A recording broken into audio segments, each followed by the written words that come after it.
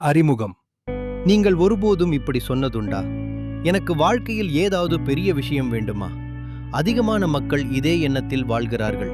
தன்னிலை வளர்ச்சி என்பது விருப்பமல்ல, அது தேவை.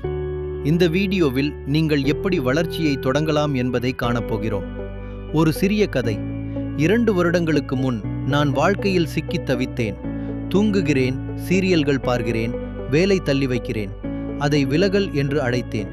ஆனால் உண்மையில் நான் என்னிடமிருந்தே ஒளிகிறேன். ஒரே ஒரு பழக்கம், தினமும் 5 நிமிடம் டைரி எழுதுவது என் மனதை மாற்றியது. அதிலிருந்தே என் வாழ்க்கையே மாறியது. தன்னிலை வளர்ச்சி என்றால் என்ன? தன்னிலை வளர்ச்சி என்பது நம் சிறந்த பதிப்பாக மாறுவதற்கான பயணம். சிறந்தவனாக மட்டுமல்ல, நேற்று இருந்த நம்மை விட சிறந்தவனாக. இதில் சுய பொறுப்பு, நல்ல பழக்கங்கள் மற்றும் சிந்திக்க கற்றுக்கொள்வது முக்கியம். 3 முக்கிய கோட்பாடுகள். நீங்கள் கவனிக்காததை நீங்கள் மாற்ற முடியாது. உங்கள் பழக்கங்கள், சிந்தனைகள், உணர்வுகள், இதை பார்க்க ஆரம்பியுங்கள்.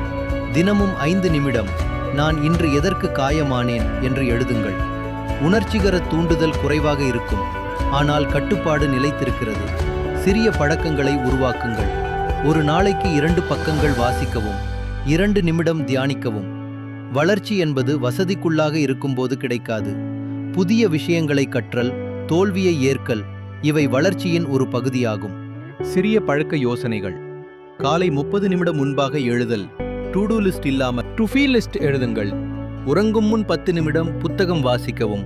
நான் இன்னும் கற்றுக்கொள்கிறேன் என்ற ஒரு வாக்கியத்தை மனதிற்குள் பயன்படுத்துங்கள். முடிவுரை. தன்னிலை வளர்ச்சி என்பது ஒரு இலக்கு அல்ல, அது ஒரு பயணம்.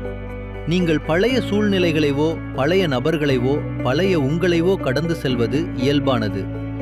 ஓர் நாளும் நீங்கள் வளர்ச்சிக்காக எடுத்த நிச்சயம் உங்களை உண்மையான நபராக மாற்றும். இந்த வீடியோ உங்களுக்கு பயனுள்ளதாக இருந்தால் லைக் செய்யவும், நண்பர்களுடன் பகிரவும். கமெண்டில் எழுதுங்கள். இன்று நீங்கள் தொடங்கும் ஒரு வளர்ச்சி பழக்கம் என்ன?